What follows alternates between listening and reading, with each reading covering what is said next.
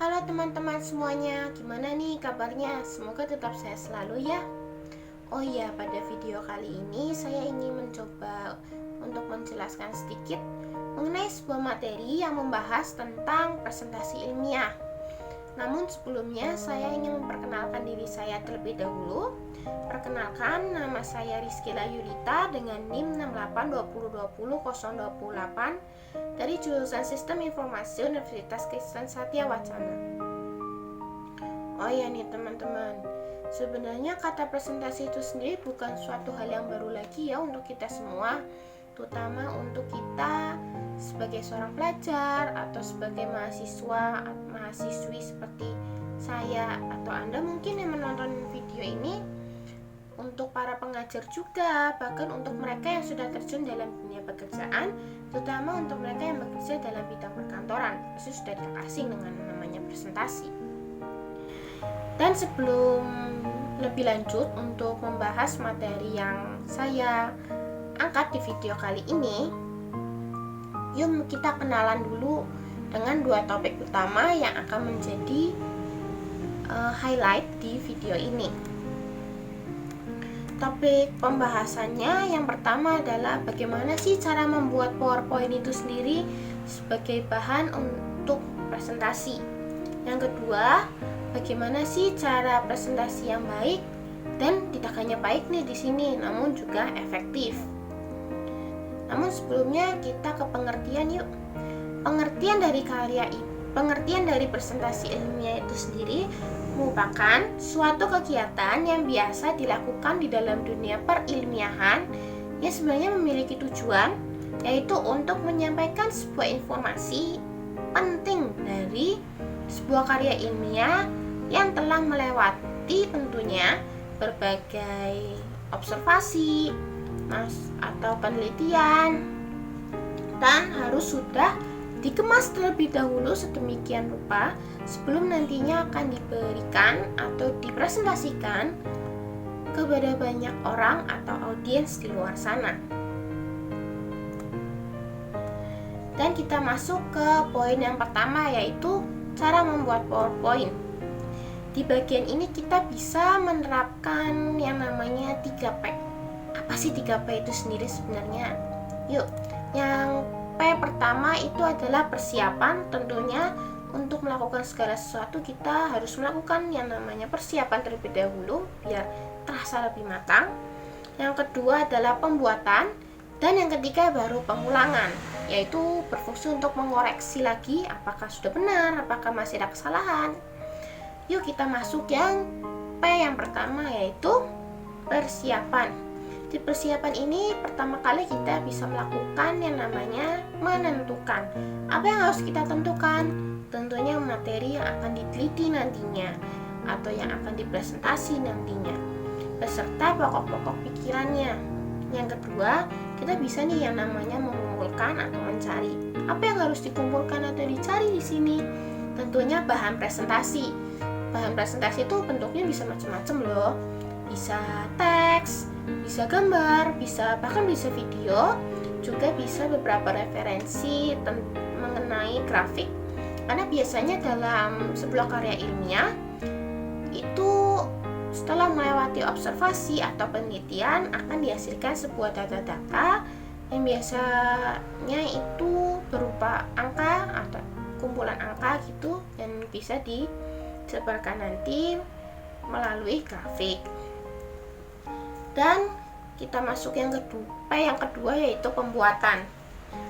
Pembuatan yang pertama di sini kita bisa menentukan layout atau background yang akan kita pilih nantinya sebagai presentasi. Namun yang perlu diperhatikan di sini adalah akan lebih baik bila mana memilih layout atau background yang sederhana. Sederhana di sini tidak rame warna yang bermacam-macam atau terlalu banyak gambar yang mana bisa nanti mengganggu konsentrasi. Yang kedua adalah pilih objek yang terang pada background yang gelap, dan sebaliknya. Itu buat apa? Hal itu bertujuan agar nanti apa yang kita presentasikan bisa kelihatan dengan baik, oleh para audiens. Yang ketiga adalah menghindari kontras warna yang buruk. Seperti apa sih kontras warna yang buruk? Bahkan yang kata orang bisa bikin sakit mata itu seperti ini. Seperti merah pada hitam, atau ungu pada hijau, merah pada biru, dan hijau pada merah. Jika dilihat terlalu lama, kurang enak dipandang kan, bikin sakit mata lah.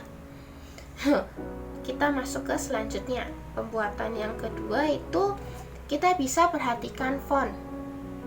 Yang perlu kita perhatikan di sini tentunya pertama adalah jenis font yang akan kita pakai sebagai bahan presentasi nantinya. Mengapa kita harus memilih jenis font yang tentunya harus bisa dibaca dengan jelas? Itu biar bahan presentasi yang ingin kita berikan kepada para audiens juga bisa ikut dibaca oleh para audiens dengan baik, sehingga pesan atau maksud dari presentasi kita bisa tersampaikan juga dengan baik. Yang kedua adalah gunakan ukuran font yang tepat. Mengapa kita harus mempertimbangkan ukuran font juga? Agar nantinya baik itu para audiens yang berada di bagian depan, tengah maupun belakang sama-sama bisa mengerti, bisa melihat, bisa membaca bahan presentasi yang kita sampaikan. Dan di sini saya juga mempunyai beberapa saran atau referensi mungkin untuk ukuran font yang baik dipakai. Yaitu yang pertama untuk bagian judul, yaitu yang biasanya paling atas, itu kita bisa gunakan dengan ukuran 32 atau lebih. Bagian subjudul itu bisa kita gunakan 26 atau lebih. Dan yang terakhir bagian teks yang biasanya banyak, kita bisa gunakan ukuran dari 18 hingga lebih. Takaran lebih di sini tentunya harus disesuaikan ya dengan materi atau bahan presentasi yang akan kita presentasikan nanti. Dan kita masuk ke bagian yang ketiga, yaitu pemilihan kata. Di sini akan lebih baik jika kita menggunakan kata-kata yang sopan dan ilmiah. Kenapa kita harus menggunakan kata-kata yang sopan? Karena dalam presentasi ilmiah ini biasanya kita akan dihadirkan oleh banyak audiens, dan beberapa audiens di sana juga ada yang sudah lebih berpengalaman, sudah lebih senior, maka akan lebih baik bila kita menggunakan kata-kata yang tepat, kata-kata yang sopan, namun harus tetap ilmiah. Yang kedua adalah hindari pemakaian kata singkatan yang tidak familiar dan bermakna ganda. Kenapa? Biar maksud dari bahan presentasi kita bisa tersampaikan dengan baik dan tidak bermakna ganda di sini, biar tidak menimbulkan berbagai persepsi lainnya. Contoh bermakna ganda itu seperti singkatan ORG. ORG mungkin untuk sebagian orang akan berartikan sebagai organisasi, namun juga ada loh sebagian orang yang akan berpikir bahwa itu merupakan singkatan dari kata orang. Selanjutnya yang keempat ini adalah penulisan bahan pembahasan. Di sini yang perlu diperhatikan yaitu kita harus menghindari yang namanya menaruh bahan pembahasan yang terlalu panjang, terlalu banyak, dan tidak berjarak. Karena apa? Itu akan membuat para audiens kesulitan dalam mengerti topik pembahasan yang kita angkat. Saya memiliki contohnya nih. Nah, di sini saya mengambil kutipan dari sebuah artikel di internet yang membahas mengenai virus HIV. Di sini bisa dilihat bahwa seluruh artikel ditaruh begitu saja sebagai bahan presentasi.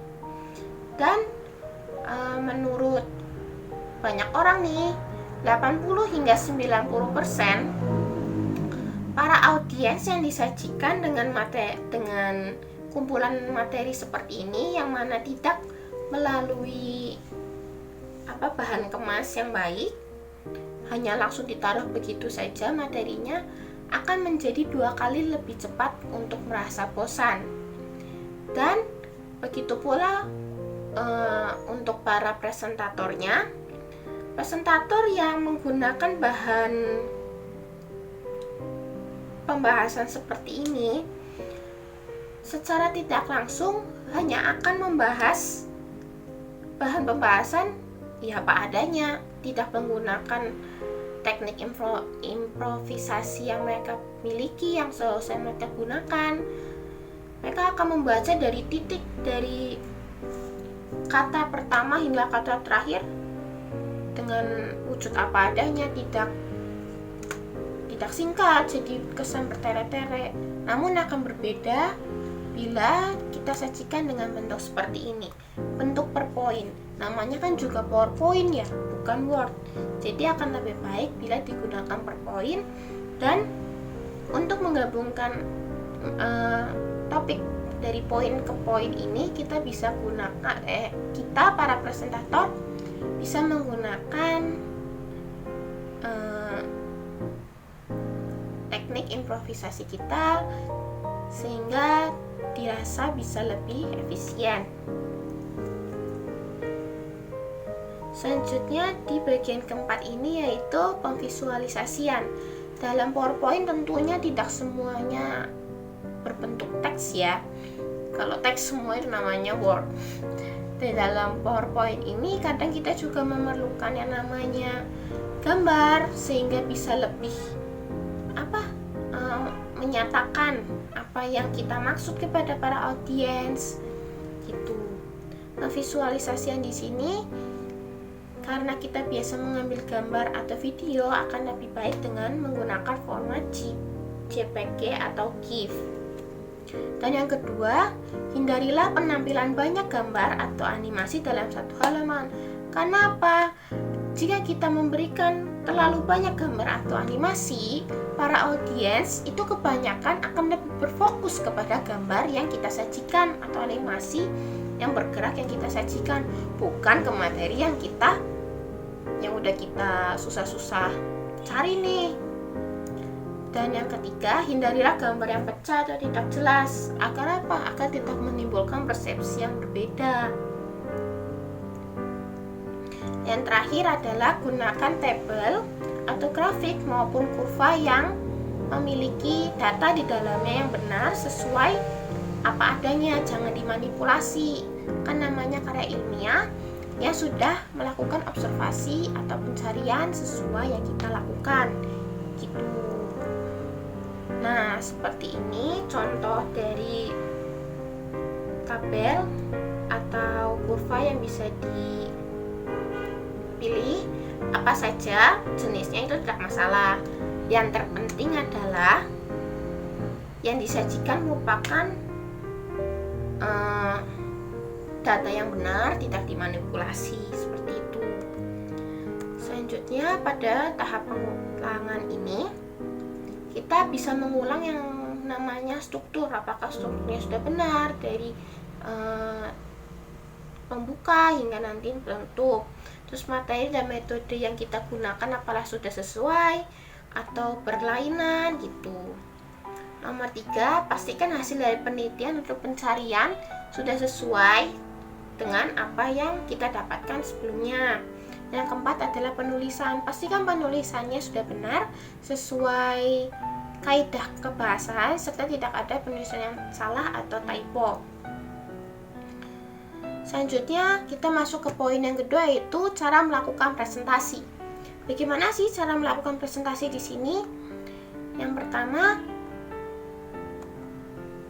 yaitu lakukanlah persiapan yang matang. Tidak hanya di bagian cara membuat PowerPoint yang harus melakukan persiapan, namun presentasi juga harus melalui bahan persiapan dulu. Agar apa? Agar nanti kita bisa semakin yakin bahwa apa yang akan kita bawakan nanti pasti berjalan lancar dan baik hingga akhirnya. Dan tentunya bisa membuat para audiens merasa puas. Beberapa persiapan yang mungkin bisa kita lakukan yaitu pertama, rilekskanlah tubuh. Jangan ajak pikiran untuk berpikir negatif, takut kalau nanti membuat kesalahan atau audiens nanti nggak puas. Jangan pikirin itu dulu.